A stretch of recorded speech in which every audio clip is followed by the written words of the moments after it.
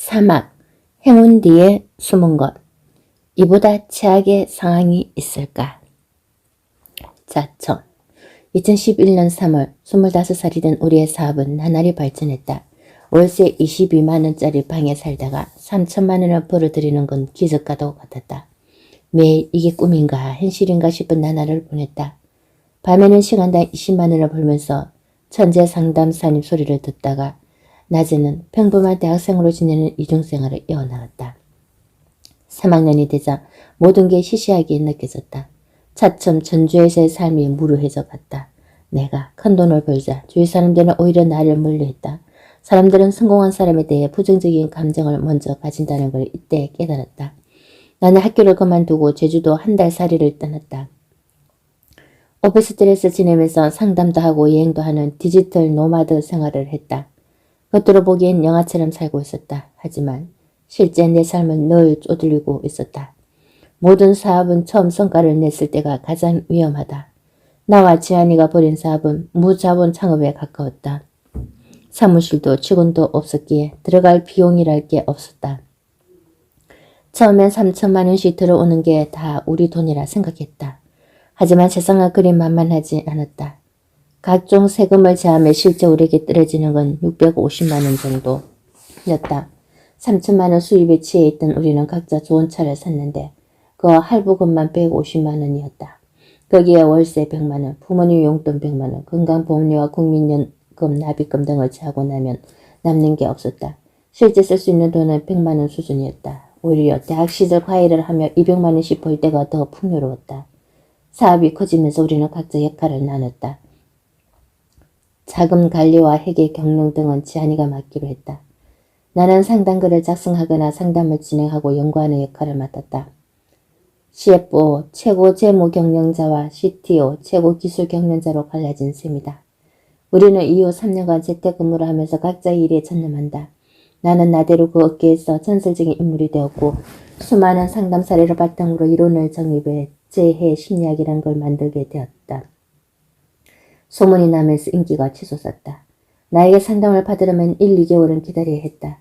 상담 폭주 때문에 상담 제안을 거는 일이 잦아졌고 제안을 푸는 날이면 수백 개의 상담글이 올라왔다. 나는 3년간 매일 5에서 7건의 상담을 하면서 전문가로 거듭나게 되었다.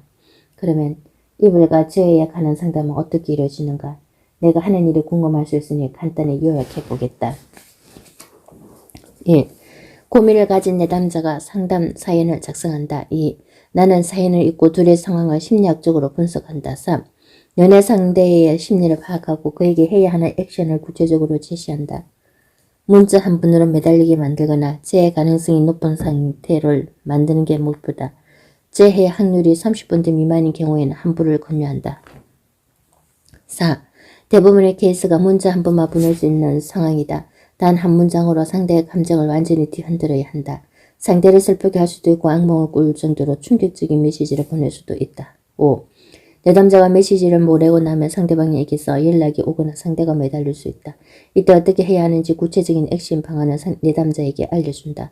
아울러 상대의 심리 변화를 설명해준다.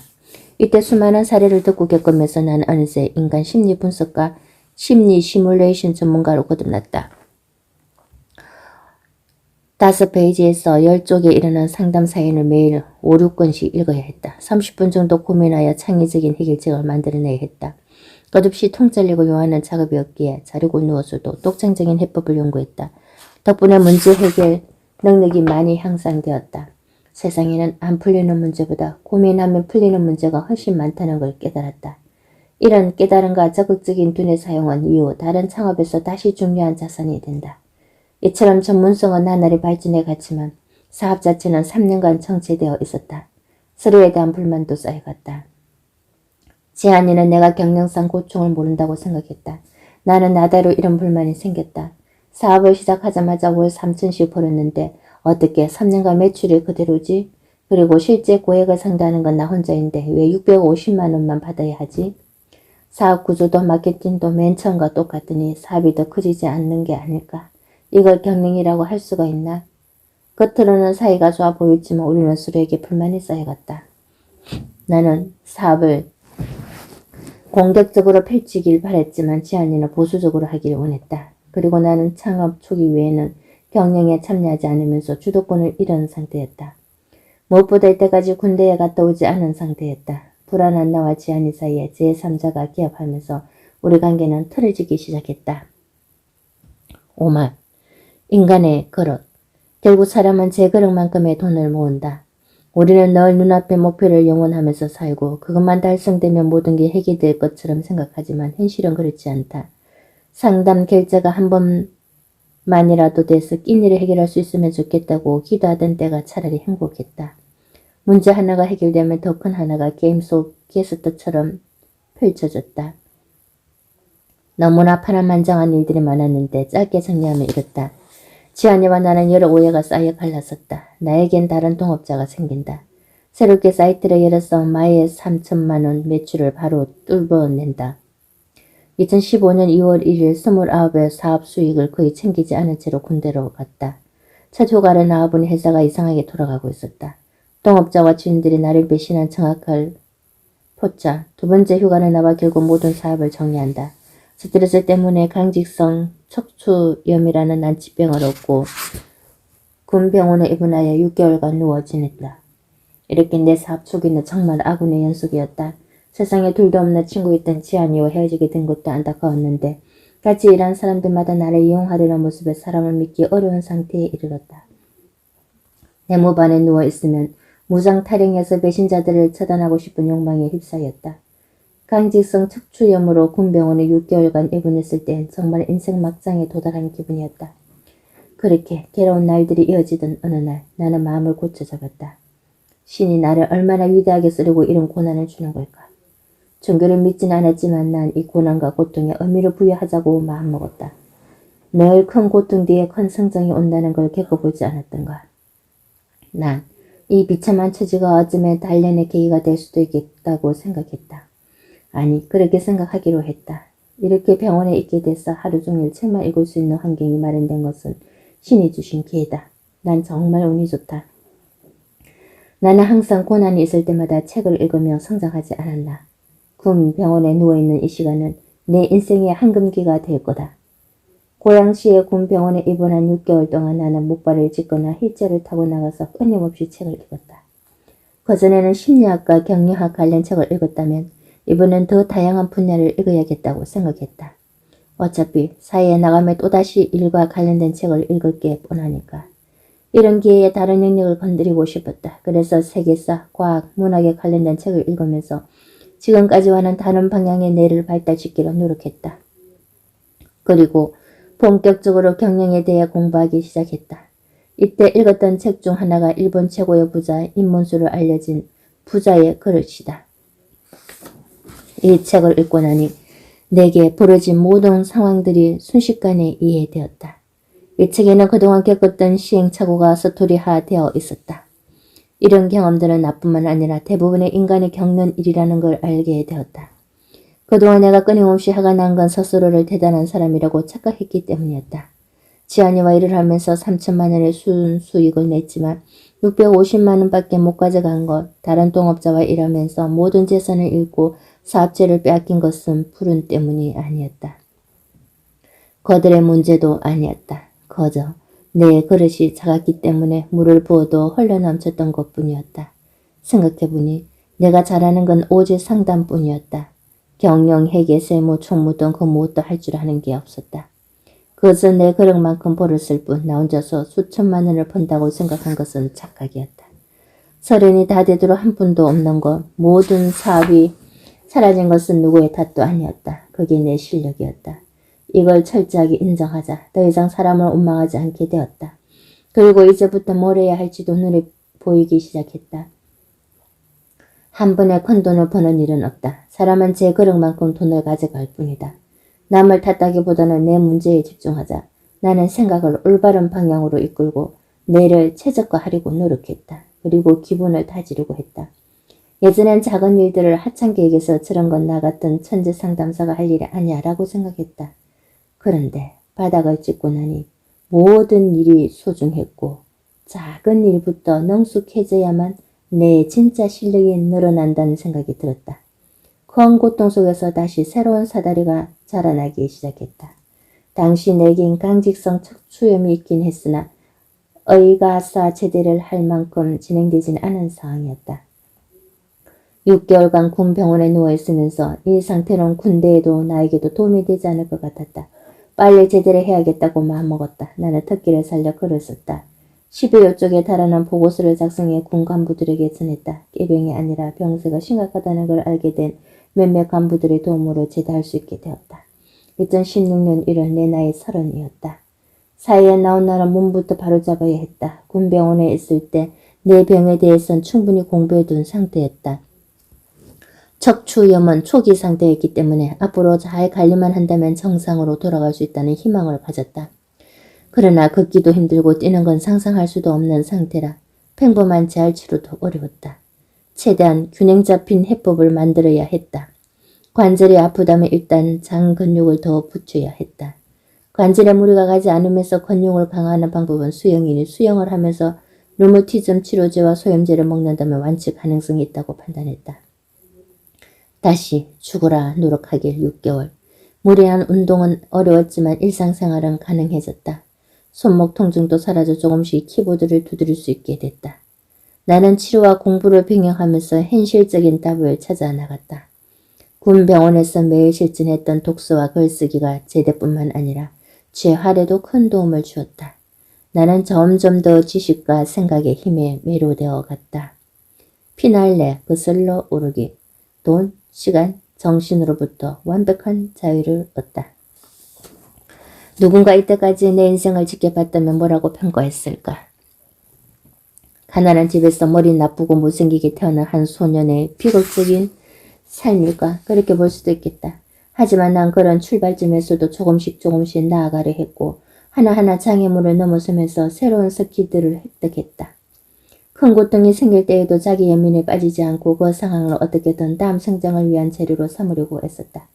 가진 게 없었기에 독서와 글쓰기밖에 할 수 없었지만 그렇게 접한 사람들의 소토리와 전투담은 나에게 큰 용기와 지혜를 주었다.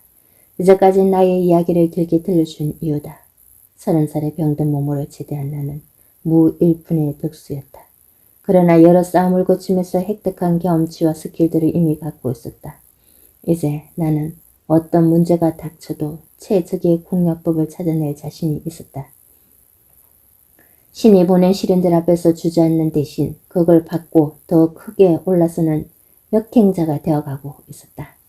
아무리 큰 시련이라도 궁리에 궁리를 거듭하면 늘 공략법이 있기 마련이었고 고통의 시간을 거칠수록 내 그릇은 커지고 있었다.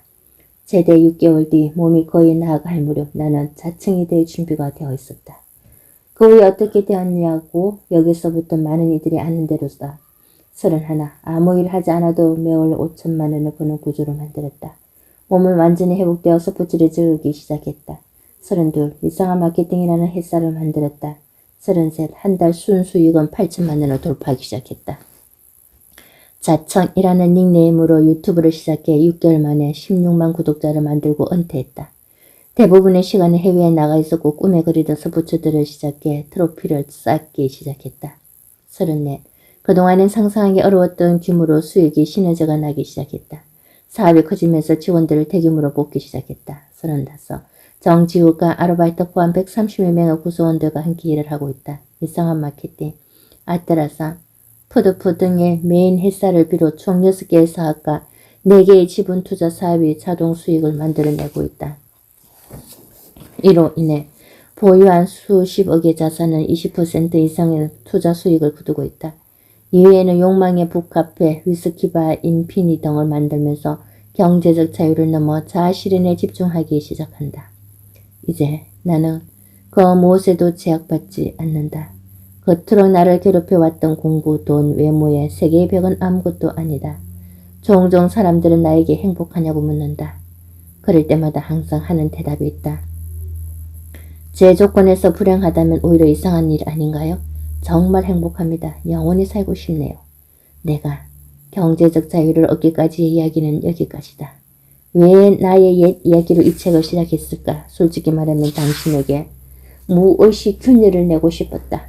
앞서 언급했지만 어린 나는 강한 신념이 있었다. 나는 영원히 200만원 이상 버는 일이 없을 거야. 평생 공장에서 150만원씩 벌면서 원룸에 밖에 게임하며 살 거야. 하지만 성인이 되고 평생 안 읽던 책을 읽기 시작하면서 조금씩 신념이 깨지기 시작했다.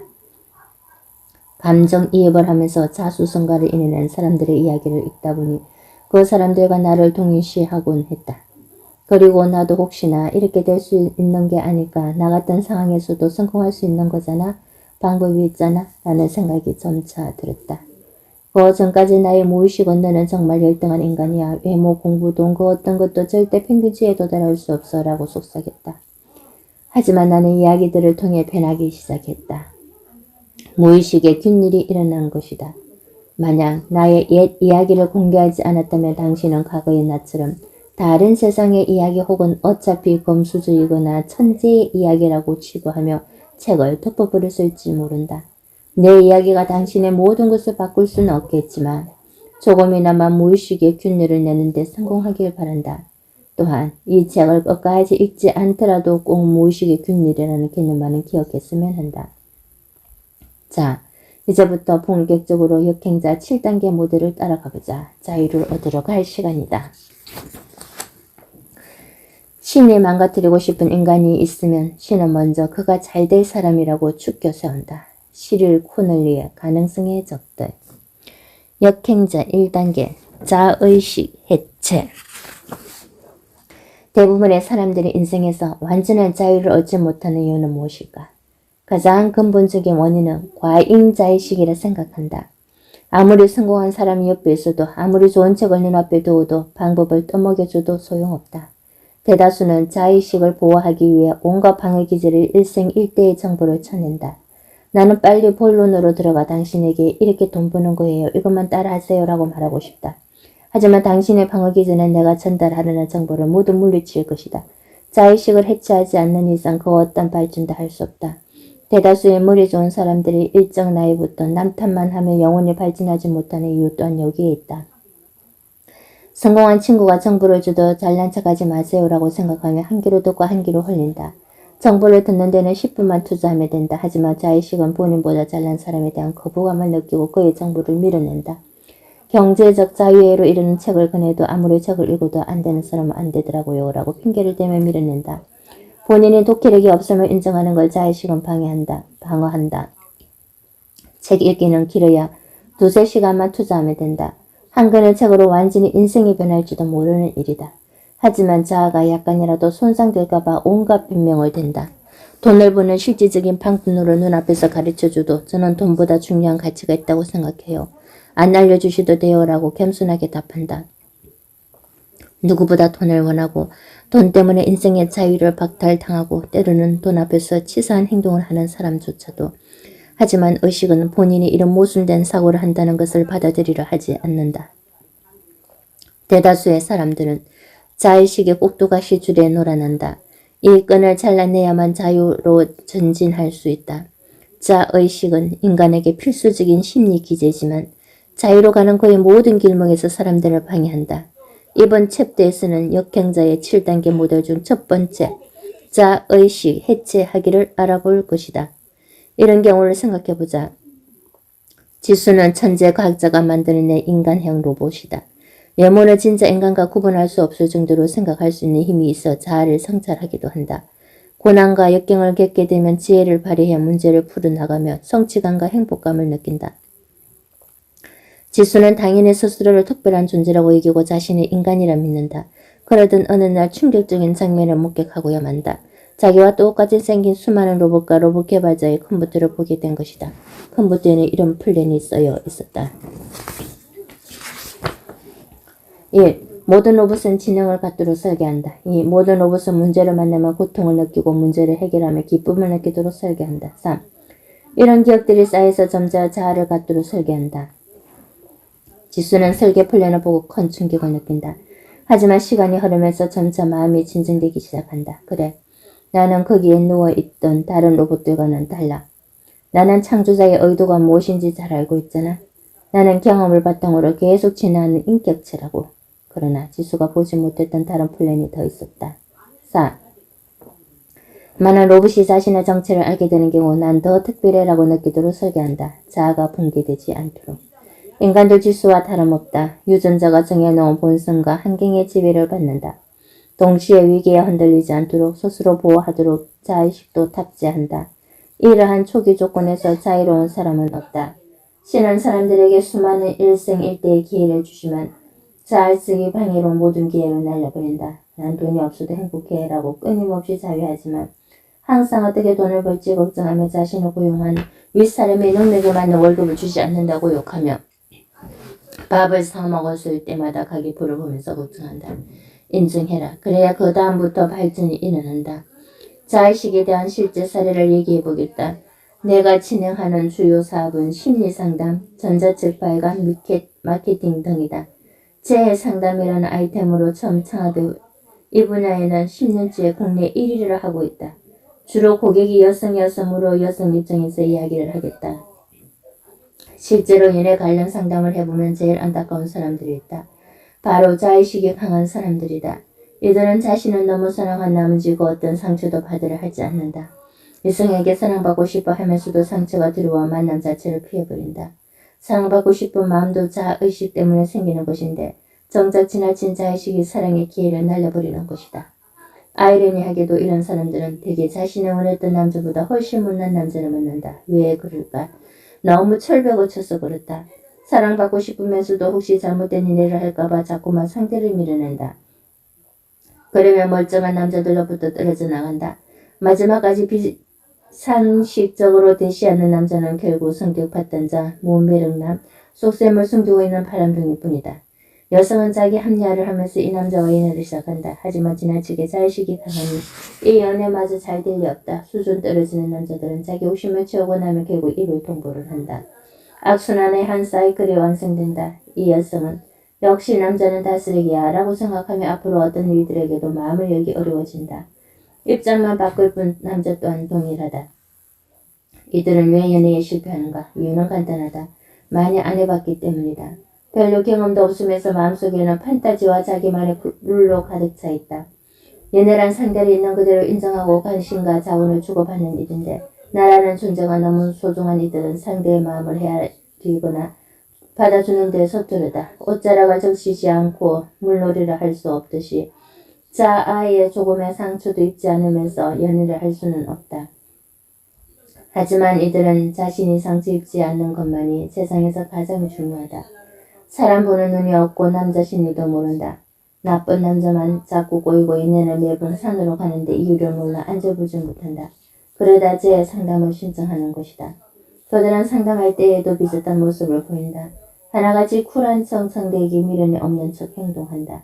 이별을 통보한 상대와 다시 만나고 싶어 제 상담까지 하는 상황이 이미 자의식을 상하게 했을 것이다. 그러는 상담 내용도 비슷비슷하다. 자기는 전혀 잘못이 없고 모두 그놈이 나쁜 놈이었다고 말한다. 물론 그런 연애도 있겠지만 연애사 대부분은 쌍방과실이다. 이런 과도한 자의식은 상담 이후에서 절정에 달한다. 그 사람을 다시 만나고 싶은 게 아니라 복수를 하고 싶어서 왔어요. 그 사람은 진짜 쓰레기거든요.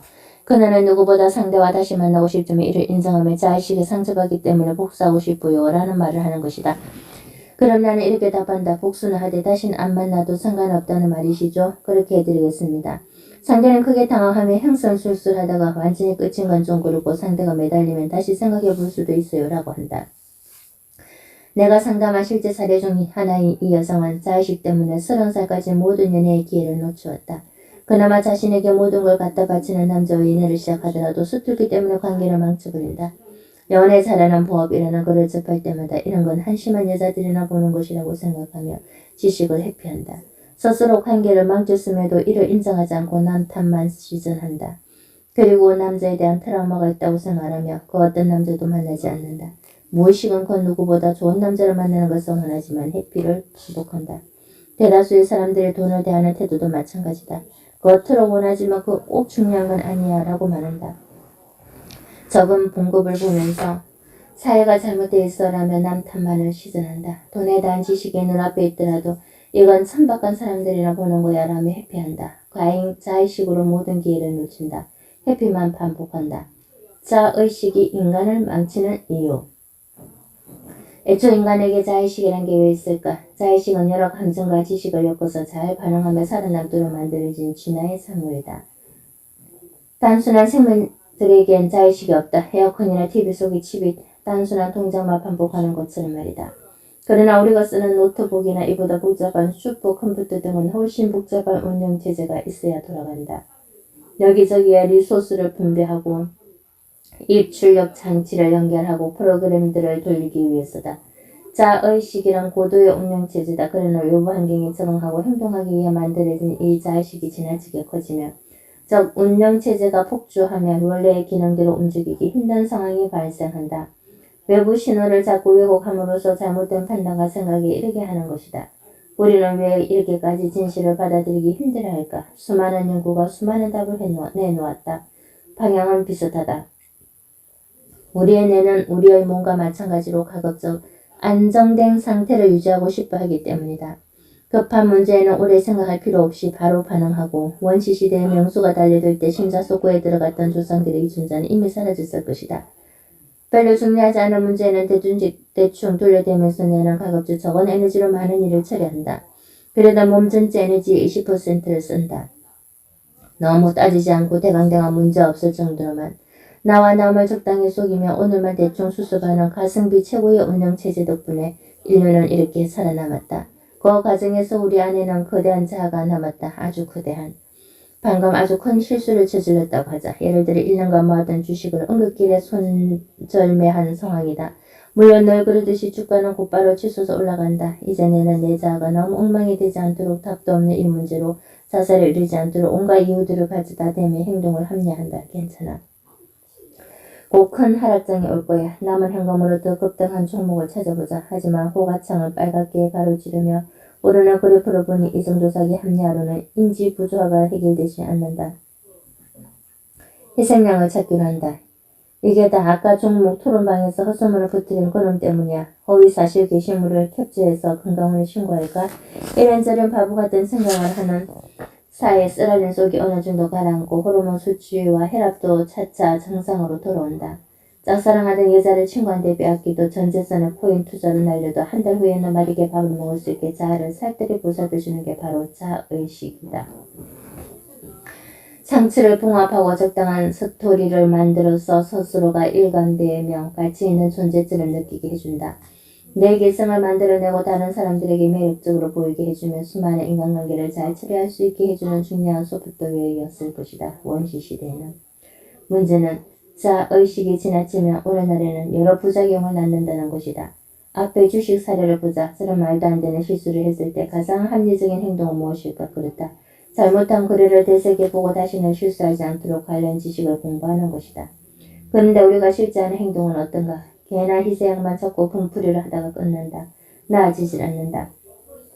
다른 경우라면 별 문제 없이 마음의 상처를 낫게 해주었을 자의식이지만 이런 경우에는 나를 가난에 붙들어 두게 된다. 스스로를 객관적으로 보지 못하게 막는다. 거저 알랑한 내 마음 한쪽가 편하자고 말이다. 이게 자의식의 역설이다.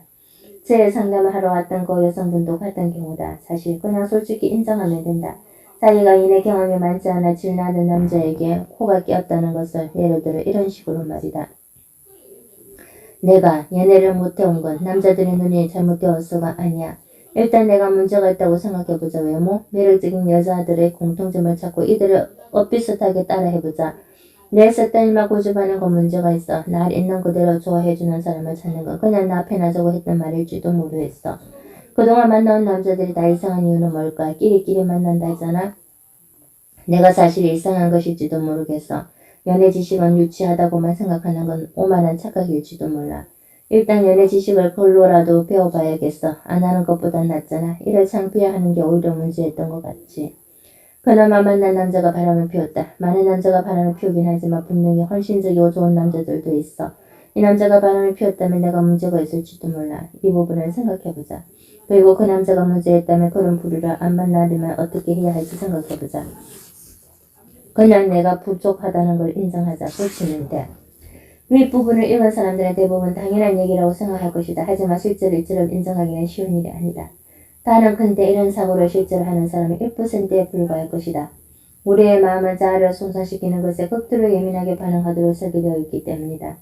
실제로 제 상담은 지나친 자의식 아래 숨은 자신의 솔직한 욕망을 들여다보게 하는 과정을 거친다. 자기 객관을 돕는 것만으로 또 복잡한 감정이 많이 정리된다. 무엇보다 자의식 해체가 가져다주는 결과는 자유다. 사례 1. 지영은 디자인 학과를 나온 20대 중반의 여성으로 디자인에 대한 자부심이 있었고 수많은 창업 경진대회에서 상을 수상했다. 하지만 그녀의 사업은 순탄치 않았다. 그녀는 이상한 자의식 활동에 걸려있어서 몇 년간 단 한 번도 수익을 얻지 못하고 제자리 걸음을 반복했다. 나는 어느 날 그녀를 만나 자의식을 해체할 것을 당부했다. 예술은 돈을 벌고자 해도 늦지 않다. 지금 내가 하고 싶은 건 사업이지 예술이 아니다. 디자인에 대한 덩신 같은 자존심을 버려라. 내가 하고 싶은 건 알겠으나 일단 사람들에게 도움이 되는 일을 해라. 멋있는 걸 하려고 하지 마라. 자유일 뿐이다. 학과 친구들에게 창피하다는 감정을 이겨내라. 일단 경제적으로 여유로워져라. 경제적 자유를 얻은 뒤에 예술해도 늦지 않다. 가령 디자인하는 사람들은 이상한 자의식 때문에 로고 같은 걸 이라고 생각하는 경향이 있다. 그렇기에 기회가 있다. 로고 사업을 해봐라. 너의 쓸데없는 자의식을 버려라. 그녀는 처음엔 쇼크를 받고 인정하기 싫어했다. 하지만 결국 자의식 해체에 성공했다. 그리고 순식간에 월 3천만 원 이상 순수익을 내는 사업체를 만들어냈다. 현재는 15명이 넘는 직원과 함께 성공 가도를 달리고 있다. 사례 2. 교우는 33세의 여성이다. 지혜는 26세의 여성이다. 교우는 여성사학과 모임에서 지혜를 만났다. 모임에 있던 사람들은 모두 나이가 많았는데 둘은 어린 축에 속해서 쉽게 친해질 수 있었다. 서로 친해지면서 상대가 뭘 하는지 알게 됐다. 지혜는 어린 나이였음에도 모임에 오자마자 급성장해서 매달 3천만 원씩 벌기 시작했다. 교원도 월 1,500만 원을 버는 대단한 사람이었지만 어린 지혜가 잘 나가는 모습을 보니 화가 나기 시작했다. 처음엔 사간사간한 성격이라고 생각했는데 갈수록 뭔가 꿍꿍이라고 접근하는 것과 같이 느낌이 들었다. 걷기야 부도덕한 일을 벌이는 건 아닐까, 자기 수입을 가져간 건 아닐까 의심까지 하게 됐다. 그러다 모임은 자연스레 사라지고 1년이 흘렀다. 그때까지도 지혜에 대한 질투와 의심을 끊지 못해 혼란스럽던 교훈은 나에게 문제를 털어놨고 나는 자의식 해체에 대해 이야기했다. 교훈은 현명한 사람이었다. 그 후 스스로 많은 생각을 했고 결국 자신의 어리석음을 인정했다. 교훈은 장문의 문자를 보내 어린 지혜에게 사과의 뜻을 전했다. 그동안 너를 질투했던 것 같다고, 너의 이런저런 점들은 정말 배워야 할 것 같다고, 한 번 만나고 싶다고 이야기했다. 둘은 어떻게 됐을까? 원래도 친했던 둘은 이제 진짜 절친이 되었고 교훈은 지혜의 장점들을 배워나갔다. 자의식을 해체한 그녀는 자신이 직면한 모든 문제를 투명하게 바라보기 시작했고 하나씩 해결해 나가기 시작했다. 그녀는 지금 매월 6천만 원씩 버는 사업가가 되었다. 여기서 중요한 점은 얼마나 버렸냐가 아니다. 자의식을 해체해야 비로소 심리적으로 안정될 수 있으며 반복하는 실패를 성공으로 전환할 수 있다. 스스로 멍청하다는 걸 인정하자. 스스로 못났다는 걸 인정하자. 질투하는 대상보다 못났다는 걸 인정하자. 그 다음에 발진이 있다. 자의식으로 자아의 상처를 피해서는 절대 앞으로 나아갈 수 없다. 내가 너무 소중한 사람들. 아래 문장들을 읽어보자. 빌 게이츠, 거저 운이주와 프로그램 하나 만들고 엉망장자가 된 사람이잖아. 사실 아이폰을 만든 건 스티브 잡스가 아니지. 잡스는 진짜 천재인 워즈니악한테 빨대꽃 본 인간이지. 왜 다들 워런 버핏은 현잔히 머리 찢게 세우는지 이해가 안 돼. 그 사람 그냥 주식에서 돈 번 사람 아닌가? 개미들 피 빨아먹는 투기일 뿐이야. 누가 쓴 글들일까? 네이버 뉴스 기사에 올라온 댓글들이다. 방구 속 천재들께서 이런 사람들을 까는 거야 흔한 일이지만 놀란 것은 이 글들이 베스트 댓글이라는 사실이다. 자의식은 지독하다. 적어도 몇십만 년을 인류와 함께온 끈질긴 본능이다. 우리 유전자가 타고난 본성이 자의식을 키운다.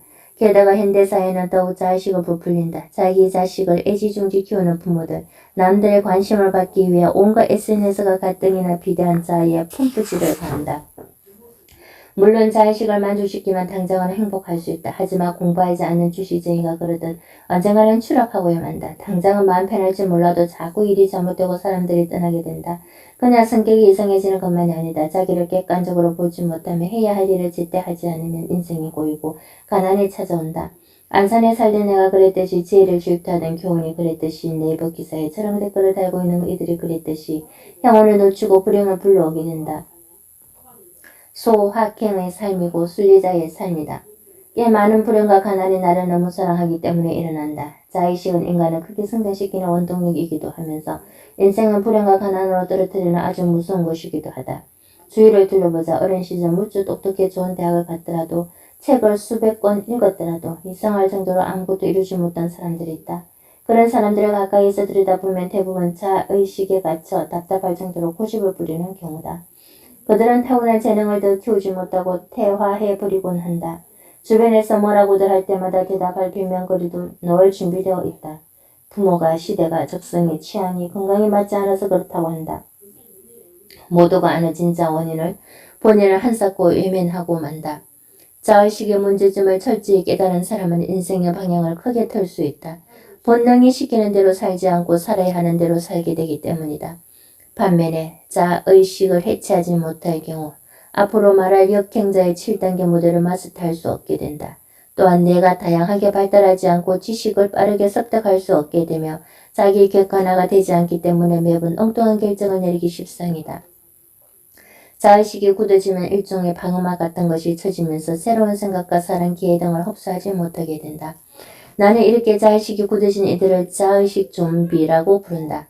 자의식으로 똘똘 뭉쳐 꼰대가 되어버리고 자유만 하며 모든 정보를 튕겨내버린다. 결국 그들이 할 수 있는 것이라고 남 탓, 사회 탓, 잘난 사람 깎아내리기밖에 없다. 자의식 해체의 3가지 단계. 자의식 해체의 중요성을 알았다면 이제 스스로 해볼 차례다. 만약 어떤 사람을 만나는데 개인이 불편한 감정을 느끼게 되면 나는 먼저 자의식 해체라는 단어를 기계적으로 떠올린다. 그리고 그 언짢은 감정은 어디서부터 온 것인지 어떤 열등감이 자극됐는지 생각한다. 이런 탐색이 자의식 해체의 1단계다.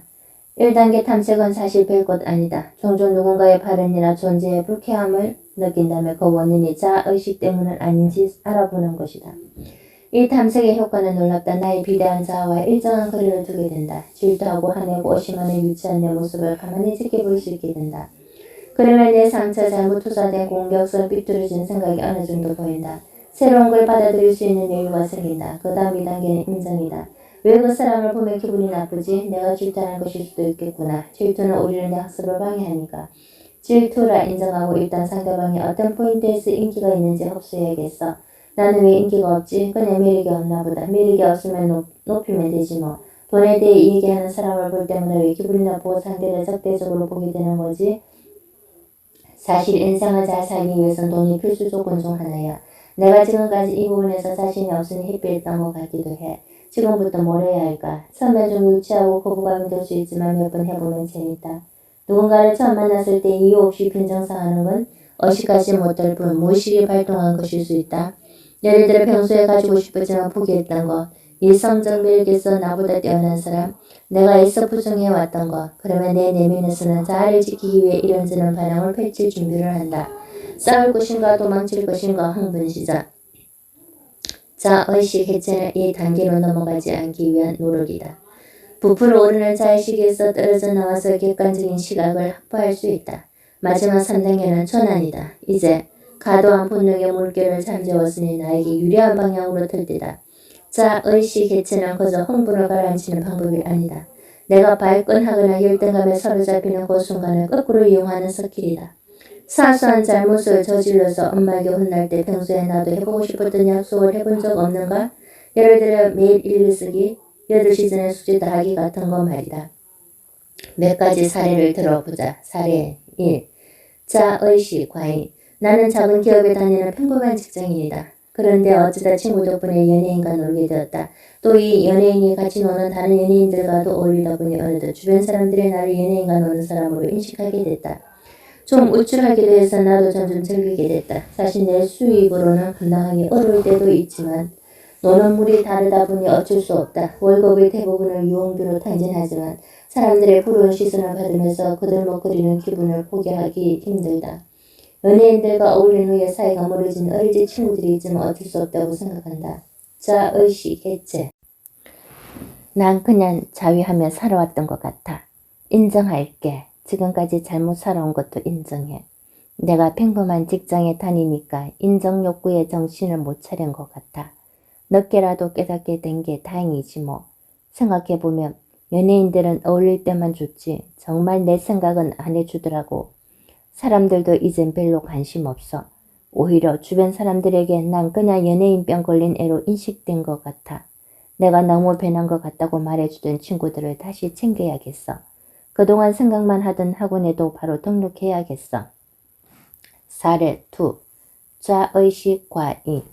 난 서울대 경영학과를 나왔어. 젊을 적에 자신만만하게 사업에 도전했다가 말아먹었지. 학교에서 배운 건 소용이 없더라고. 그 뒤로는 계속 신사업을 구상하고 있어. 요즘 여기저기에서 고졸시나 건물 세운 채소 장수 같은 걸 보게 되는데 솔직히 내가 보기에 그런 건 비즈니스가 아니야. 프로그램 기반의 스타트업만이 진정한 사업이라고. 그리고 요즘 사업으로 성공한 사람들을 너무들 찬양하는데 그거 대부분 운빨이야. 1만 명인 사업을 하면 최종 성자 하나씩은 나오기 마련인데 그걸 믿고 따라하라고? 자의식 해체. 생각해보니 고졸시나 대단하긴 해. 핸디캡을 달고도 허들을 넘어선 거잖아. 처음엔 운빨이었다고 해도 이렇게 십수년 사업을 계속 키운 걸 보면 사업 수완이 좋은 것 같아. 오징어 행상하시는 분을 1년간 따라다니고 전국 각지의 고수들을 찾아다녔다는 부분은 정말 배울만해. 나는 지난번 창업할 때 그냥 내 머리로만 생각했잖아. 그리고 무엇보다 이 사람의 창업 철학은 정말 감탄스러운 점이 있어. 나는 그냥 돈을 벌 생각뿐이었지. 사실 나도 처음부터 그랬던 건 아닌데 어느 지점에서 초심을 잃었던 걸까? 밑바닥에서부터 성공한 사람들의 공통점은 뭐지? 이번에 확실히 한번 정리해보자. 사례 3. 자의식 과잉. 나는 책의 서문을 보자마자 기분이 나빴어. 이 책을 읽으면 부자가 된다고 자신있게 말하는 것도 그렇고 아직 젊은데 자동 수익이 몇 억씩 된다는 것도 못 믿겠어. 운영한다는 사업들도 뭔가 다 이상하고 재회 상담? 푸드프?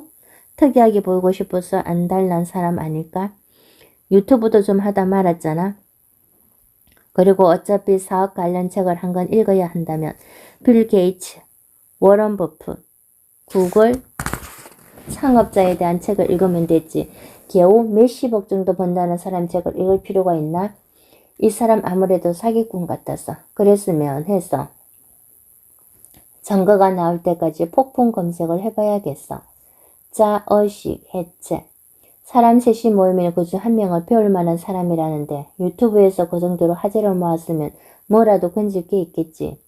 다른 건 몰라도 억으로 끄는 건 정말 잘한단 말이야. 지난번에 소개했던 그 책들 전부 복간되거나 고가에 거래됐잖아. 그런데 왜 자꾸 책을 소지로 억으로를 끌지? 인생 역전했다고 하는 것 같은데 정말일까? 무슨 책을 어떻게 읽었어? 아니 나도 책 꽤나 읽었는데 안 박히던데. 암튼 사기인지 뭔지는 모르겠지만 아직 안 망하고 이것저것 잘 굴리는 것 같으니 그 노하우만 빼먹자. 책 한 권 읽는데 2, 3일이면 되는데 그 정도 투자야 뭐 손해는 아니니까. 자청도 그 정도로 인생 롤러코스터를 탔으면 뭐라도 느끼고 배운 게 있겠지. 위에서 사례로 소개한 자의식 해체 3단계를 정리하면 아래와 같다. 탐색. 자신의 기분 변화 등을 잘 관찰하고 이 기분이 어디에서 오는지 확인한다. 인정. 기분 변화의 이유를 객관적으로 잘 살펴보고 현재 자신의 처지와 비교해서 인정할 것은 순순히 인정한다. 전환. 인정을 통해 열등감을 해소하고 이걸 변화의 계기로 삼기 위한 액션 플랜을 만든다. 자의식 해체는 정서적으로도 건강함을 만들 뿐만 아니라 학습력을 크게 향상시키고 의사결정력을 높여준다. 내가 자의식 해체를 제일 먼저 얘기하는 이유는 간단하다. 이게 안 되면 내가 앞으로 말하는 어떤 것도 안 되기 때문이다. 마음의 방어막을 치고 있는데 내 말이 고지 들을 리 없다. 팔짱 끼고 비웃을 준비를 하는 사람에게 무슨 말이 먹히겠는가. 새로운 걸 받아들이기 위해선 경계면을 말랑하게 만들 필요가 있다. 자의식이 강해져 있는 상태라면 더욱 그렇다. 인생을 허비하는 특별한 방법. 자의식의 폐해에 대해 얘기한 김에 또 하나 비슷 중요한 바보짓에 대해서 말해보겠다. 바로 자의식 투영하기이다. 대부분의 인간은 인생을 살면서 여러 번 타인을 롤모델로 삼는다. 어릴 때에는 엄마나 아빠, 학창 시절에는 전교 1등이나 운동 잘하는 친구를 닮고 싶어 한다. 하지만 성장하면서 이런 동일시는 자연스럽게 극복된다. 자아가 자리 잡고 개성이 뻗어나오면서 다른 사람과 자신을 일체화하려는 유치한 욕망은 수그러들게 마련이다. 그런데 성인이 됐어도 거기에서 벗어나지 못하는 사람들이 아주 많다. 나는 이걸 자의식 투영하기라고 부른다. 앞서 말한 자의식 과잉과 비슷하다. 모두 지나친 자의식과 모자란 자존감 때문에 생기는 일들이다. 나는 더 멋진 사람이고 싶은데 현실은 그렇지 않을 때 그 계획을 억지로 메우다가 생기는 일들이다. 예를 들어 이런 식이다. 현실은 시군창인데 밤새 게임을 하는 사람. 파티원들에게 형님 만렙 정말 부럽습니다라는 말 한마디를 듣기 위해 몇백만 원씩 게임 아이템을 사고 인생을 낭비한다. 매일 인스타그램에 디저트 사진을 찍어 올리는 대학생. 언니 여기 어디예요? 매일 이렇게 드시는데 왜 자꾸 날씬하세요? 이 한 줄의 댓글을 얻기 위해 신상 맛집 찾아다니면서 돈과 시간을 쓴다. 주말마다 등산 가고 사이클 타느라 정작 식구들과는 시간을 보내지 않는 아저씨. 동호회에 쓴 회장님 소리를 들으며 돈을 펑펑 쓰지만 아내와 아이들에게는 세상에서 가장 싫은 아빠다. 포털 사이트 뉴스와 게시판을 돌아다니면서 온갖 사안에 아는 척하는 방구석 평론가. 사람들의 조화를 얻기 위해 점증도가 지나치는 글을 남발하고 자기 같은 사람들과 키보드 배틀을 하느라 밤을 새운다. 그 밖에도 이런 사례들은 정말 많다. 야구팀 응원이 거의 직업처럼 되어버린 직장인, 온라인에서 사람들이 잘못 사용하는 용어를 바로잡는다며 매일 말싸움하는 대학생, 애플 신제품을 맨 먼저 사겠다고 매장 앞에 텐트를 치는 백수, 외제차를 사느라 정작 본인은 고시원에서 사는 사회 초년생, 명문대 과잡을 입고 설치지만 정작 할 줄 아는 것 하나 없는 학벌 노예. 이런 사람들은 자기가 꽂힌 특정 대상과 자신을 동일시한다. 명작 게임, 지역 스포츠팀, 인스타그램 속 꾸며진 자신, 산악회 회장, 아이돌 팬클럽 스태퍼, 외제차 오너, 대학 졸업장. 문제는 이들이 동일시하는 그 존재 자체가 허상에 가깝다는 사실이다. 그런 것들은 조금만 시간이 지나면 사라지고 말 것들이다. 지금은 언니, 형님 하면 친한 것 같던 사람들도 기본적으로는 그 주제로 엮인 사람들일 뿐 진짜 친구가 되지 않는다. 5년 전 친미로 엮였던 사람들과 아직도 연락을 하며 지내는 사람이 몇이나 되는가. 사실은 거기에 참여한 모두가 그 사실을 잘 알고 있다. 산악회에 나가서 점심을 쏠 때마다 회장님 멋져요 잘 먹겠습니다 라고 외치지만 약간이라도 금전적 도움을 요청해보라. 표정이 달라질 것이다. 뭐든지 정도가 있는데 본인만 역할극에 빠져서 헤어나질 못한다. 물론 적당한 몰입은 삶에 활력을 준다. 재벌 일사가 게임 아이템을 사느라 300만 원을 쓴다고 누구도 뭐라 하지 않는다. 또 진짜 자기 삶과 연관된 일이라면 오히려 더 몰입해볼 만하다. 동네 만렙 형이 아니라 진짜 프로게이머가 되기 위해 체계적으로 훈련을 하는 상황이라면 얘기가 다르다. 취미로 시작했다가 그 분야의 대가가 되어 성공하는 경우도 적지 않다. 내가 비판하는 건 이런 경우가 아니다. 자신의 현실을 희생해서 역할극으로 도피하는 경우다. 부질없는 것에 대한 이런 중독과 탐닉은 너무 흔하고 종목도 다양해서 자칫 별것 아닌 것으로 치부하기 쉽다. 하지만 명심하자. 이런 것들은 대부분 돈보다 중요한 세상에서 가장 귀한 당신의 시간을 갉아먹는다. 뭔가 이루는 것 같지만 사실은 머릿속에 보상 회로를 계속 눌러대는 짓이며 스스로를 파블로프의 개로 만드는 한심한 행동이다. 의지를 갖고 운명을 거스르는 인간다운 삶이 아니라 동물의 본능에 충실한 순리자의 삶 그 자체다. 어서 벗어나라. 스스로 왜 이런 것에 빠져드는지 냉정하게 생각해보라. 그간의 시간이 의미 없었음을 솔직히 인정하고 지금이라도 깨달았음에 감사하자. 자의식을 깨고 나오는 것이야말로 역행자로 가기 위한 첫걸음이다. 자의식을 해체하지 못하는 이상 어린 시절 자신이 겉으로 해마하던 꼰대, 별 볼 일 없는 사람이 되어버린다. 이번 챕터를 넘기기 전에 딱 10분만 책을 듣고 산책을 나가는 건 어떨까? 반드시 휴대전화를 두고 나가야만 한다. 나는 어떤 발언과 감인 반응을 하고 기분 나빠서 할까? 이 행동이 과연 자의식에서 나온 게 아니었을까? 자의식 상처를 막기 위한 행동 아니었을까? 그러면서 이러한 질문들을 곰곰이 생각해보자. 그러면 좋은 아이디어를 도출하는 최고의 방법 중 하나다. 어떤 자질을 원한다면 이미 그걸 갖고 있는 것처럼 행동하라. 윌리엄 제임스. 역행자 2단계 정체성 만들기. 자수성가한 사람들의 스토리를 보다 보면 인생을 변화시킬 만한 정체성이 완전히 바뀌는 사건이 등장하곤 한다. 어머니가 돌아가실 때 너만큼은 부자가 되었으면 한다 하고 유인을 하셔서 그때 크게 각성할 수 있었어요. 아이 둘을 낳았는데 부녀 먹일 돈은 없고 회사에서 학대받으며 간신히 200만 원을 받으니 자살하고 싶은 마음이 컸어요. 정말 한강까지 갔는데 거기서 저 스스로 완전히 달라질 거라고 다짐했어요. 여자친구의 친구들과 어머니가 저를 너무 싫어했어요. 저를 고졸장아찌 취급하는 게 너무 화났고 결혼을 가로막는 것에도 화가 치밀었어요. 엄청나게 성공한 사람이 되고야 말리라 그때 다짐했어요. 하지만 우리 모두가 이런 큰 변화의 계기를 만날 확률은 극히 낮다. 또한 운 좋게 이런 계기를 만난다고 해도 기회로 생각하지 못하는 사람들도 많다. 스스로를 불행한 인간이라고 자조하기에 딱 좋다. 그러나 크게 성공한 수많은 사람이 입을 모아 말하듯이 이런 결정적 사건들은 인생을 바꾸는 계기가 되곤 한다.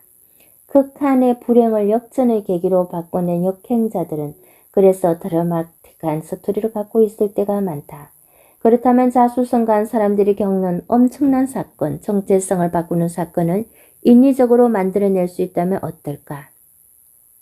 0.1%만이 겪는 대사건을 만들어낼 수 있다면 내 정체성을 드라마틱하게 바꿀 수 있지 않을까? 나는 그것이 가능하다고 생각하고 이걸 정체성 만들기라고 말한다. 이 정체성 이론은 역행자가 되는데 매우 중요한 스킬이다. 내 머리를 포맷할 수 있다면 여기까지 읽은 당신은 지금 어떤 생각을 하고 있는가? 책 한 권 읽고 누구나 경제적 자유를 얻는다는 게 말이 돼? 자청, 스스로 예전에 자기가 열등했다고 말은 하지만 분명히 뭔가 특별한 게 있을 거야. 난 그런 게 없어. 아니 그냥 자청은 로또 맞은 거야. 순전히 운빨인 걸 그대로 따라 한다고 되겠어?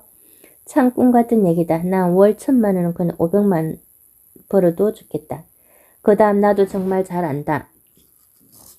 책을 읽기 전까지 내 삶이 그랬다.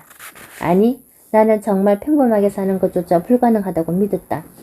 당시 가장 부러웠던 건 교사인 사촌 누나였다고 앞에서 말하지 않았나. 명절이면 모여서 소고기를 먹는다는 거짓 얘기를 들을 때마다 머릿속은 이랬다. 부자는 다른 세상 사람들이야. 우리 집 꼴을 봐. 인서울 대학은 타고난 애들이나 가는 거야. 내가 월 300 이상 버는 날은 영원히 오지 않겠지? 요즘 우리 반 친구들은 면허 따는 게 유행이네. 나랑은 상관없는 얘기지. 평생 내가 차 살 일이 있겠어? 정말 이렇게 믿었다. 예전에 나처럼 인생의 밑바닥에서 힘든 친구들은 비슷한 심정일 거라 생각한다.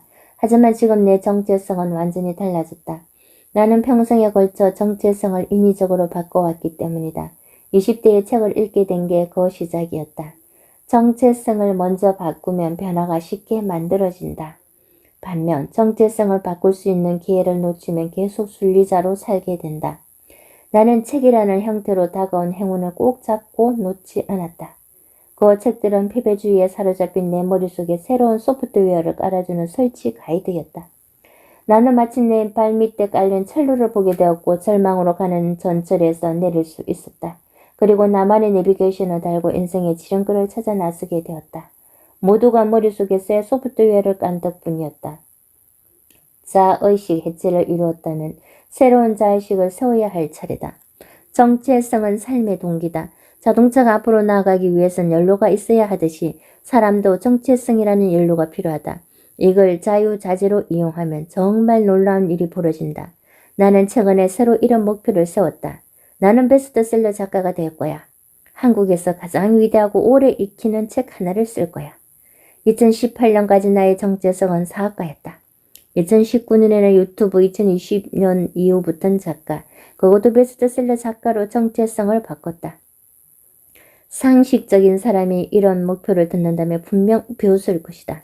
실제로 주변 사람들에게 나는 한국에서 가장 위대한 자기계발서를 쓸 거야 라고 말했더니 다들 비웃었다. 지인이 이런 말을 했다면 나도 똑같이 생각했을 것 같다. 아니 세상에 똑똑한 사람이 얼마나 많은데 아무리 자칭이라지만 책 한 권 안 써본 사람이 갑자기 어떻게 그런 대단한 책을 써? 본인은 진지하게 생각하는 것 같으니 일단 맞장구 쳐주자. 물론 내가 정말 그렇게 될지는 모르는 일이다. 하지만 다른 사람들이 그렇게 생각한다고 해서 나는 절대 베스트셀러를 쓸 수 없어라고 한정 짓는 순간 베스트셀러는 고사하고 평범한 책이라도 출간할 가능성은 제로로 수렴한다. 그래서 일부러 큰 목표를 세우고 주위에 그 말을 떠벌리고 다녔다. 이건 자기 개발서에 흔히 나오는 것처럼 당신이 믿는 만큼 우주가 당신을 도와준다 라거나 서울대를 목표로 해야 연구대라도 간다 따위 이야기를 하려는 게 아니다. 그런 말은 백날 들어봐야 당신을 변화시킬 수 없다. 사람마다 돈을 벌기로 결심하는 순간은 제각각이다. 선천적으로 돈 버는 걸 좋아하고 잘하는 사람도 간혹 있긴 하지만 대부분은 돈 버는 것에 별 관심이 없다. 의외라고? 아니 그렇지 않다. 다들 돈 하니까 돈에 관심 많은 것 같지만 또는 관심 많은데도 아닌 척하지만 실제로 우리는 정말로 돈을 벌고 싶어 하지 않는다. 왜냐하면 돈 버는 것과 관련된 행동을 하지 않기 때문이다. 그냥 큰 돈을 벌고 싶다는 막연한 생각만 갖고 있는 몽상가들에 가깝다. 그런데 간혹 어떤 계기로 정말 돈을 벌 결심을 하는 사람들이 있다. 월 1억 8천만 원의 수익을 거두며 경제 유튜브 중 가장 유명한 신사임당은 이렇게 말했다. 너무 심한 가난이 계속돼서 이대로는 우리 가족이 버틸 수 없다고 느끼고 정신 차리는 순간이 왔다. 부의 추월 차순의 저자 MJ 드마코는 어느 날 람보르기니를 탄 젊은 발명가를 마주하게 된다. 가수나 스포츠 스타 등 특별한 사람만이 돈을 많이 번다고 생각했는데 평범한 사람도 아이디어 하나로 큰 돈을 벌 수 있다는 걸 깨닫고 정체성이 바뀌어 돈을 벌기로 결심했다. 내 팬이기도 하며 28 나이에 연간 순이익만 35억 원 넘게 내는 청년이 있다. 이 친구는 어린 시절 찢어지게 가난해서 사람들에게 늘 무시를 받았다고 한다. 특히 여자친구의 친구들이 여자친구에게 어린 백수 애인 만나지 말라고 말하며 계속 연애를 뜯어말렸다고 한다. 화가 난 그는 큰돈을 벌기로 복수하기로 다짐하면서 정체성이 바뀌었다고 한다. 앞서 말했던 내 경우엔 우연히 읽게 된 자기 개발서들이 계기였다. 그 전까지 나는 절대 평범해질 수조차 없는 열등한 존재라고 단정했지만 고정 마인드셋. 책을 읽은 뒤에는 나는 특별한 사람이라는 암시를 스스로에게 걸었다. 좋은 자기 개발서들을 수백 권 읽어나가니 나도 정말 위대한 사람이 될 수 있을 것 같은 느낌이 강해지고 부정적인 생각들이 사라지기 시작했다. 성장 마인드셋. 왜냐하면 책에는 내 처지 못지않게 안 좋은 환경에서 시작했던 이야기들이 무수히 나오기 때문이었다. 수백 건의 독서라니 지금 생각해보면 좀 미련맞은 방법이기도 했지만 오타쿠에 가까운 내 성격엔 가장 확실한 방법이었다. 아무튼 그걸 계기로 나는 태어나서 처음으로 머릿속 소프트웨어를 스스로 바꾸는 경험을 하게 된다. 정체성 변화는 좌절, 열등감, 생존 위기, 동기부여 등 책 등 다양한 계기로 일어난다. 아마 지금 이 책을 읽고 있는 당신도 나는 어떻게 정체성을 변화시킬까 고민할 거라 생각한다. 딱히 고민할 필요 없다. 이 책을 읽고 있는 것만으로도 이미 정체성은 변하고 있다. 아직까지 이 책을 덮지 않고 내 얘기를 진지하게 읽어주고 있다면 앞에서 나의 지질한 과거를 읽으면서 이랬던 사람도 책을 읽고 변했는데 나도 할 수 있지 않을까 하고 조금이라도 생각했다면 당신 안에 무언가가 변하기 시작한 것이다. 나는 부의 추월 차선이라는 책을 읽기 전까지는 일을 하지 않아도 자동 수익이 생긴다는 개념 자체가 없었다. 돈은 그저 내가 열심히 일한 순간에만 생기는 줄 알았다. 그래서 시간당 수익을 책으로 얻는 것이 전부라 여겼다. 짧은 시간의 노동으로도 많은 돈을 버는 의사나 변호사처럼 말이다. 나도 당시엔 재해 상담을 통해 시간당 22만 원 정도 벌고 있었기 때문에 시간당 수익이라는 개념에 더 사로잡혔다. 하지만 부의 추월 차선, 나는 4시간만 일한다. 부자 아빠 가난한 아빠 같은 책을 읽으면서 수익 자동화 개념에 눈을 떴다. 그러고 나서 이후의 사업들은 내가 없어도 돌아갈 수 있도록 세팅하기 시작했다. 결국 지금은 회사에 나가 자리를 지키고 있지 않아도 매달 몇 억씩 버는 경제적 자유를 달성하고 있다. 그렇다면 정체성을 바꾼다는 것은 정확히 무슨 뜻인가? 최고의 가성비를 추구하는 기관인 우리 뇌는 모든 곳에 집중하지 않는다. 그래서 일정한 정체성에 맞춰서 입력과 출력의 모드를 바꿔나간다. 최근 들어서 나는 작가, 아마추어 운동선수로 정체성을 만들어 나갔다. 그 전에 사학과의 정체성을 가졌을 땐 세상 모든 것이 비즈니스로만 보였다. 식당에 가도 편하게 밥을 먹지 않고 메뉴와 테이블 수, 지원수, 고객 회전율을 계산하느라 바빴다. 카페에 가면 그곳의 사업 구조와 순이익을 분석하곤 했다. 하지만 최근 작가로서 정체성을 바꾼 후에는 누군가 사업 얘기를 하면 심드렁해지게 되었다. 좀 벌게 된 탓도 있을 것이다. 대신 매일 스포츠 관련 영상을 보고 골프나 테니스를 치며 글만 쓰고 있다. 재작년에 나와 현재의 나는 절반쯤은 다른 사람이라고 할 만하다. 정체성이나 인간의 삶을 송두리째 바꿀 정도로 중요하다. 정체성 소프트웨어를 설치하기. 나의 계열사 중 한 곳의 사업대표를 맡고 있는 윤주와 보름간 특이로 여행을 갔었다. 윤주는 여행 내내 틈이 날 때마다 전자책을 읽었다. 비행기 대기할 때, 음식이 나오기 전, 택시를 탈 때 등 틈만 나면 읽었다. 그렇다고 이 친구가 학자나 모범생 스타일이라고는 할 수 없다. 누구보다 노는 것을 좋아하는 쾌락주의자에 속한다. 놀 땐 화끈하지만 시간이 날 때마다 책을 읽으며 사업에 대한 아이디어를 나에게 던졌다. 특기에서 윤주는 하루에 2권의 책을 해치웠다. 그 모습을 보면서 나는 독서에 관한 소프트웨어 일부를 변화시키기로 결심했다. 원래의 내 생각은 이랬다. 사람들에게서 전자책에서 느낄 수 없는 종이 물성이 좋다라는 말을 자주 듣다 보니 나 또한 영향을 받아 종이책을 고집했다. 완벽히 집중할 수 있는 상황을 만들어서 책을 읽는 것만이 의미하다. 휴대전화로 전자책을 읽는 건 별로 도움이 안 될 거야. 틈날 때마다 읽는 전자책은 오히려 나의 집중력을 방해할 거야. 그러면서 쓸데없이 틱톡과 인스타그램을 둘러보았다. 스스로 생각의 제약을 걸고 있었다. 심지어 휴대전화로 전자책을 읽는 건 4년 전에 내가 윤주에게 권했던 방식이다. 그러나 나는 온갖 핑계로 책은 완벽한 환경에서 읽어야 해 라는 생각으로 나를 제한했다. 나는 윤주를 보면서 전자책을 읽는 사람으로 나의 소프트웨어 정체성을 변화시켜야겠다라고 다짐했다. 그리고 여행 중에 하루 한 권씩 휴대전화로 전자책을 읽었다. 과거의 나였다면 저건 내 스타일 아니야. 나는 할 수 없는 일이야 라고 했을 텐데 정체성 이론을 알고 있었기 때문에 나는 틈날 때마다 전자책을 읽는 사람이야 라는 소프트웨어를 설치했다. 종종 사람들은 나는 MBTI가 I형이라서 내향적이야. 나는 신경성이 높아서 예민해. 나는 운동은 못해. 나는 A형이라 조심해라고 본인을 틀에 가둬 버리곤 한다. 정체성을 변화시킴으로써 본인만의 틀을 깨버려야 한다. 정체성을 본인의 한계에 가두는 건 순리자들의 특징이다. 이제 정체성 변화가 얼마나 중요한지는 충분히 이야기했다. 하지만 앞에서 말했듯이 인생이 나락으로 떨어지는 정도의 체험이 없으면 여간해선 정체성 변화가 힘들다. 이 책을 읽다가 갑자기 나는 내일부터 부자로 살아야지 라고 결심한다고 해도 아무 일도 일어나지 않는다. 그래서 정체성을 바꿀 환경을 만드는 게 중요하다. 2019년 4월쯤 나는 인생이 시시하다고 느꼈다. 당시 하는 사업에서는 라이벌도 없었고 더 잘되고 싶다는 생각도 들지 않았다. 나의 회사 이상한 마케팅에서 진행하던 변호사 마케팅이 크게 성공하면서 큰돈을 벌고 있었다. 제 상담 사업도 안정적으로 잘 굴러가고 있었다. 하지만 그냥 여기에 안주하면 다시 그저 그런 사람이 될 것 같았다. 나는 뭔가 다른 정체성을 찾아야 했다. 여기서 인간의 자유의지나 노력을 믿는 사람이라면 나는 지금부터 더 큰 사업가가 될 것이다 라고 결심만 하고 사실상 변하는 것은 없었을 것이다. 데일리 플랜을 만들었다 찍기를 반복하거나 맞지도 않는 미라클 모닝을 한다고 늘 피곤해졌을지도 모른다. 그리고 제대로 실천하지 못하는 자신만 탓했을 것이다. 하지만 나는 여기에 정체성 이론을 적용했다. 나는 스스로의 자유의지나 노력 따위를 믿는 대신 나는 멋진 사업가다 라는 정체성을 강제하는 환경을 갖추기로 결심했다. 그게 바로 유튜브였다. 그건 일종의 배수의 진이었다. 유튜브에서 사람들에게 희망을 주는 창업가, 연봉 10억 사업가, 자수성가 청년이라고 어글로를 끌면서 성공하는 법에 대해 이야기한다면 어떨까? 그러면 내 정체성은 사업에 성공한 인플루언서로 변할 거라 생각했다. 사람들은 나를 성공한 사업가로 알게 되고 여기저기에서 내 이야기가 오가게 될 것이었다.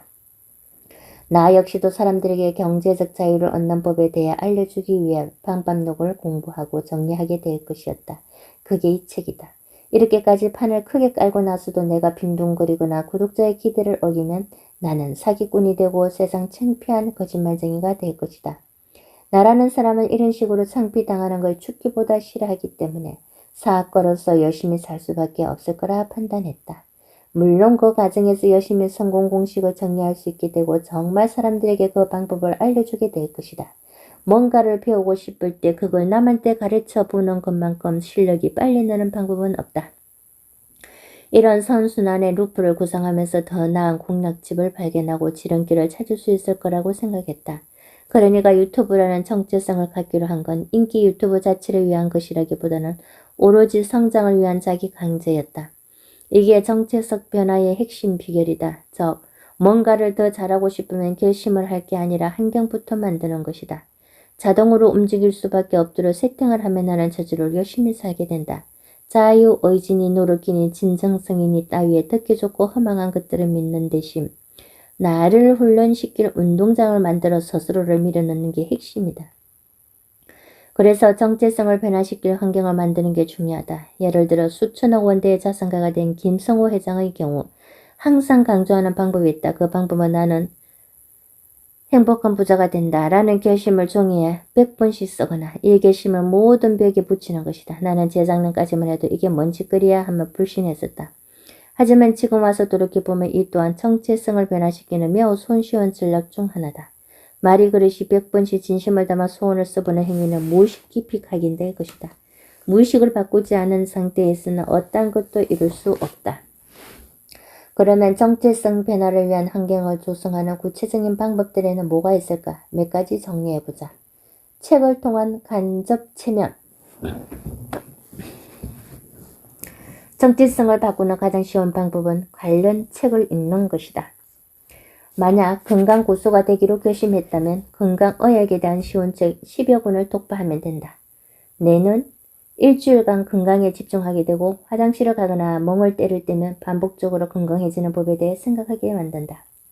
사람들을 볼 때마다 친구의 식습관을 볼 때마다 책을 관점에서 세상을 해석하게 된다. 작가가 되기로 결심했다면 작가 되는 법에 대해 10여 년간 나온 책을 모두 훑어본다. 책에는 저자들이 시행착오를 겪은 이야기가 담겨있고 나 또한 할 수 있다는 생각이 들게 된다. 책은 정체성을 변화시키는 매우 쉬운 방법이다. 마찬가지로 자수성가를 하거나 경제적 자유를 얻고 싶다면 일주일간 몇 권의 책을 읽으면 된다. 시궁창 삶에서 경제적 자유를 얻은 사람들의 이야기를 반복적으로 보게 되면 나도 할 수 있지 않을까라는 마음을 갖게 된다. 나 또한 21살 인생 최악의 상황에서 200권의 자기계발서 읽기를 하며 변화했다. 나도 혹시? 라는 마음을 갖게 되면서 정체성이 변화하게 된 것이다.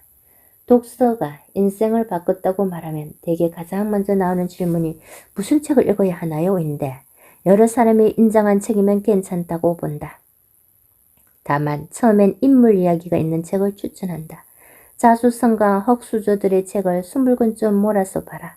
도서관이나 서점에 가서 30권 정도 뽑아 대강 훑어보면 읽고 싶어지는 책이 서너 권 남을 텐데 그렇게 시작하면 된다. 뇌는 실제 현실이나 상상을 잘 구분하지 못하기 때문에 자수성가한 사람들의 이야기를 읽는 것만으로도 나도 할 수 있다는 느낌이 차오르게 된다. 적어도 부정적인 감정은 확실히 씻을 수 있다. 앞서 잠깐 말했듯 인간에겐 거울 유련이라는 게 있어서 타인의 행동을 보기만 해도 본인이 직접 하는 것과 비슷한 반응을 뇌에 일으킨다. 이런 점을 잘 이용하는 게 바로 좋은 자기계발서 읽기다. 책의 내용을 너무 깐깐하게 비판적으로 따지지 말고 한 수 비운다는 느낌으로 마음을 열고 보면 좋겠다. 지금 우리가 그런 책을 읽는 건 그 저자를 숭배하려고 그러는 것이 아니니까 말이다. 그 사람의 성공 스토리에 내 마음과 삶을 동기화하는 것 그것뿐이다. 2. 환경설계. 환경설계는 앞서 말했던 유튜브 개설 같은 게 대표적 사례다. 나를 궁지에 몰아넣는 방법이다. 주로 쓰는 방법으로는 선언하기가 있다. 주변 사람들에게 난 행복한 부자가 될 거야 라고 떠드는 것이다. 사람은 그 무엇보다 평판에 민감한 사회적 동물이다. 이런 상황을 상상해보자. 해외에 간 당신이 아무도 모르는 사람들 앞에서 옷을 벗고 10분 동안 돌아다닐 수 있을까? 절대 하지 못할 것이다. 누군가 100만 원을 준다고 생각해보자. 그래도 못할 것이다. 해외에서 그대가 평소에 마주칠 일도 없고 대신 엮일 일이 없으며 법적으로 처벌 가능성이 0이라 할지라도 그러지 못할 것이다. 인간의 유전자에는 평판을 좋게 유지하라 라는 명령이 아주 강력히 각인되어 있기 때문이다. 어린 시절 왕따를 당한 사람들이 심각한 심리적 문제를 겪거나 극단적인 경우까지 생각하는 이유도 이 팽판 유지 본능 때문이다. 하지만 이러한 본성을 영 이용한다면 오히려 어려운 일도 해낼 수 있지 않을까. 예를 들어 내가 굉장히 자주 하는 것 중 하나는 목표를 사람들에게 선언하고 그걸 못 이룰 경우 벌금을 내는 일이다. 실제로 지금 이 책에도 휴가지에서 2주 안에 마무리하겠다고 담당 편집자에게 약속한 후 실패 시 1,000만 원을 드리겠다고 말해놓은 상태다. 나는 스스로가 매우 게으르고 목표 한 발을 잘 이루지 못하는 열등한 인간이란 걸 인정한다. 자의식 해체. 이제까지 이 책의 마감을 11번이나 어겼다. 이 책은 이미 재작년에 완성하기로 되어 있었으나 매달 미루고 또 미뤘다. 결국 약속 시점을 한참 넘겨서 이번에도 책을 마감하지 못하면 1,000만 원을 드리겠습니다. 라고 약속했다. 이렇게 하지 않으면 스스로가 너무 게으르기 때문에 원고를 절대 완성하지 못한다는 걸 잘 알고 있기 때문이다. 이상한 마케팅을 처음 창업할 당시에도 나는 나를 믿지 않았다. 나는 게으르고 합리화에 능한 사람이란 걸 잘 알고 있었다. 그래서 무리하게 집을 옮기고 일부러 비싼 차를 빌렸다. 사무실도 가까워 월 1,000만 원씩 총 2,000만 원의 월세를 내야 하는 곳으로 있어야 했다. 이런 식으로 생존에 위협이 되는 상황을 만들어야만 죽어라 일하게 된다는 걸 알고 있었다. 그래서 그렇게 환경을 설계한 것이다. 나는 스스로를 믿지 않았다. 자유의지를 믿지 않았다. 인간은 거저 유전자와 환경의 조합으로 움직이는 공식 같은 거라 생각한다. 타고난 유전자는 이미 어쩔 수 없는 것이기 때문에 환경을 조작해 원하는 것을 이루려고 할 뿐이다. 환경 설계가 불러온 행동과 판단의 차이는 하루하루의 의사결정에 영향을 주고 수년이 흐르면 넘어설 수 없는 큰 차이를 만들어낸다. 3. 집단 무의식. 지금으로부터 2년 6개월 전 나는 유튜브를 은퇴했다. 그 당시에 잘 나가던 유튜브들의 모임이 있었는데 그곳에서는 조회수, 구독자 수가 많은 사람이 권력을 차지했다. 유튜브들은 완전히 이 세계관에 매몰되어서 많은 구독자를 보유하는 것에 모든 신경이 매몰되어 있었다. 또한 그들은 다른 유튜브로부터 공격을 당하면 세계관이 망하는 기분을 느꼈다. 나 또한 그랬다. 세상의 모든 사람이 유튜브를 보는 것처럼 느껴지고 공격을 당하게 되면 전 국민이 이 유튜브를 싫어한다는 망상에 빠지게 되었다. 실제로 공격당한 유튜브들은 우울증에 시달리거나 아예 밖을 못 나가기도 했다. 그러다 종종 다른 세계에 존재하는 유튜브를 보지 않는 사람들과 만나서 대화할 때면 충격을 받았다. 그 유튜브 논란이 얼마나 이슈화 됐는지 왜 모르지? 구독자가 100만이라는 것을 왜 놀라지 않지? 100만 유튜브를 천박한 직업이라 생각할 수도 있구나. 나는 유튜브 세계관에 몰입이 되어 있었던 것이다. 이처럼 사람은 어떤 집단에 들어가게 되면 그 집단이 떠받드는 것을 가치 있다고 착각하게 된다. 재수학원에 가면 대입 시험을 잘 보는 것이 최고의 가치로 느껴지면서 모든 두뇌 활동이 대입에 집중된다. 유명한 심리 실험이 있다. 피험자 앞에 5명의 사람을 앉혀놓고 엉뚱한 대답을 하게 만드는 것이다. 짧은 막대를 보여주며 길다고 말하게 한다. 그 피험자 차례가 되면 그 역시 긴 막대를 보면 반대로 짧다고 대답하게 된다. 인간이 얼마나 사회적인 동물인지 말해주는 심리학 실험이다. 예전 휴거 사건 등을 일으킨 수많은 사이버 종교를 생각해보라. 거저 모임에 오래 있는 것만으로도 사람은 믿을 수 없는 것을 믿고 할 수 없는 일을 하게 된다. 최근 내가 아마추어 운동선수의 정체성을 가지려고 했다는 건 이미 말했다. 나는 테니스 동호회에 가입했는데 거기 들어가면서부터 저절로 어떻게 하면 테니스를 더 잘할 수 있을까 고민하게 됐고 유튜브 영상을 보며 공부하게 됐다. 왜 그럴까? 테니스 동호회에선 테니스 잘하는 사람이 왕이기 때문이다. 모두가 테니스 얘기만 하고 선수 경력이 있는 사람은 거의 신급으로 추앙받는다. 그 세계에선 아무리 돈이 많아도 배 나오고 테니스 못 치면 루저 취급을 받는다. 본업을 희생하면서까지 취미 활동에 빠져서는 안 되지만 만약 테니스 배우는 것이 행복에 있어 정말 중요한 경우라면 테니스 동호회에 들어가는 게 단시간에 실력을 높일 수 있는 최고의 환경이 된다. 직장인 남편이 아이의 교육이나 부동산에 대해 이야기할 때마다 아내에게 물증 모른다며 구박받는 이유도 그것이다. 전업주부 아내는 매일 부동산 중개소에 가서 수다를 떨고 학부모 모임에도 빠지지 않는다. 남편의 알랑한 경제상식, 교육지식은 아내의 최첨단 정부 앞에서 무용지물일 수밖에 없다. 그런 경제적 자유를 얻고 싶다면 그렇다. 경제적 자유를 원하는 사람들이 모인 집단에 들어가면 된다. 돈을 벌고 싶다면 돈에 관심 많은 사람들 속으로 들어가야 한다. 단톡방도 좋고 소모임도 좋다. 처음 나가보면 뭐 이렇게들 돈에 집착하지 하는 생각도 들 것이다. 하지만 꾸준히 나가다 보면 저절로 물들게 된다.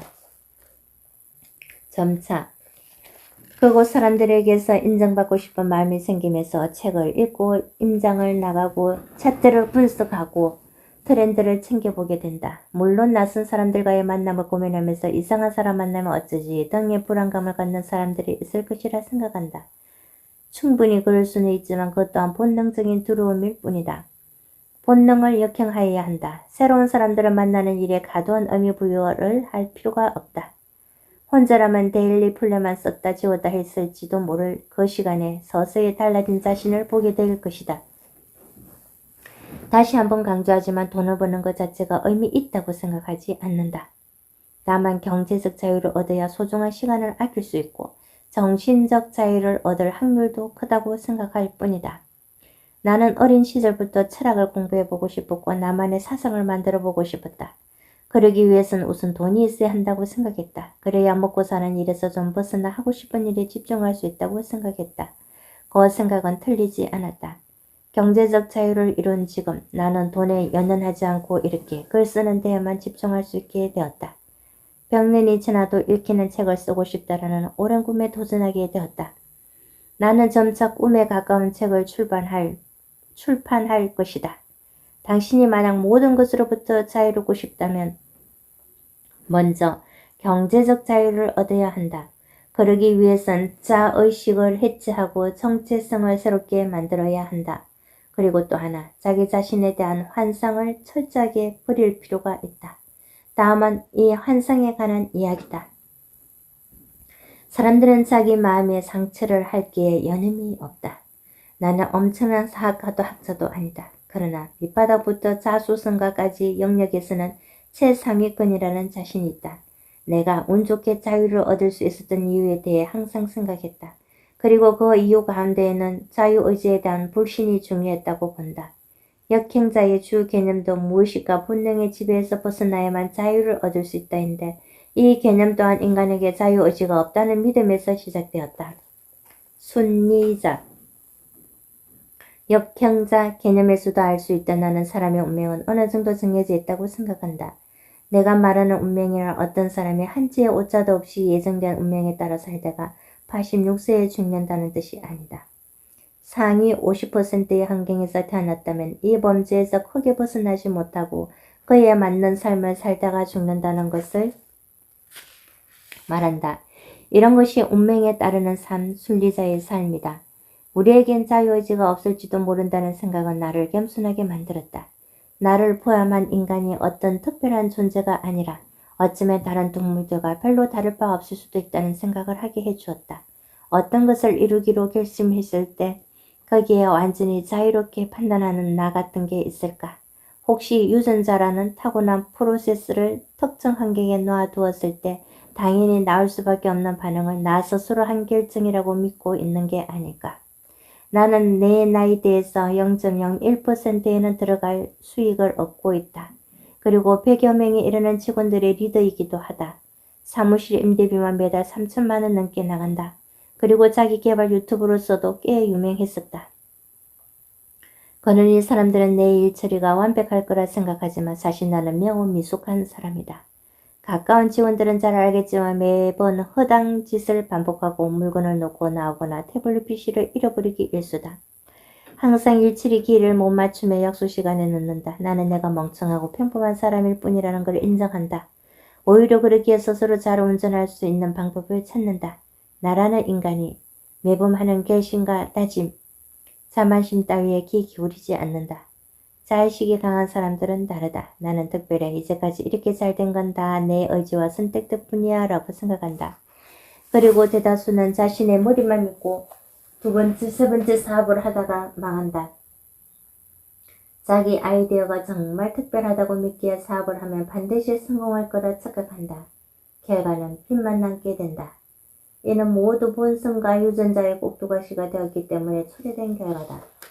스스로 그저 생물학적 기계에 불과하다는 걸 잘된 일도 어쩌면 운 때문이었다는 걸 인정해야 한다. 본인이 수많은 결점을 지닌 존재라는 것을 인정할 때 오히려 타고난 사람이 될 수 있는 가능성이 열린다. 내가 지금까지 결심을 안 해서 그렇지 진짜 독하게 한 번만 먹으면 뭐든지 할 수 있어. 그럴까? 아니다. 예전에 나를 포함한 대다수의 인간의 착각이다 말했듯이 진짜 독한 마음을 먹는 경험은 죽음 직전에야 나가야 할 수 있는 것이다. 그런데 이렇게 자기가 마음만 먹으면 뭔가를 할 것처럼 착각하는 사람들은 늘 거창한 목표를 세운 후 실패하고는 자의식을 보호하기 위해 방어기제를 펼치는 일을 평생 반복한다.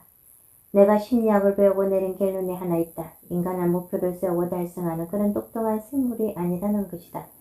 정말 특별한 극소수 사람을 제외하면 목표라는 추상적인 개념을 내가 강렬하게 붙들고 있을 수 없다. 인간의 뇌는 추상적인 미래보다 현재에 집중하게끔 진화됐기 때문이다. 그렇다. 원래 뇌는 걷거나 달리고 먹이를 잡아먹고 짝을 찾아 번식하는 일을 하기 위한 기관이다. 현대사회에서 필요한 미래를 위한 계획, 투자, 노력 같은 걸 잘하기 위해 만들어진 기관이 아니다. 이것이 우리가 매번 다이어트에 실패하는 이유이며 신년 계획에 실패하는 이유다. 겉으로 본능을 이기기 어려운 이유다.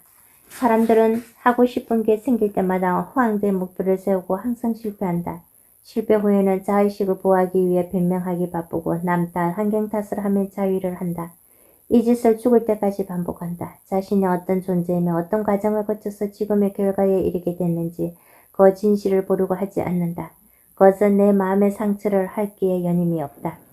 나는 애초에 이럴 것이 없었다. 그야말로 바닥에 있었기 때문에 대단한 자의식이 없었던 것 같다. 그래서 비교적 쉽게 있는 그대로의 나를 인정할 수 있었다.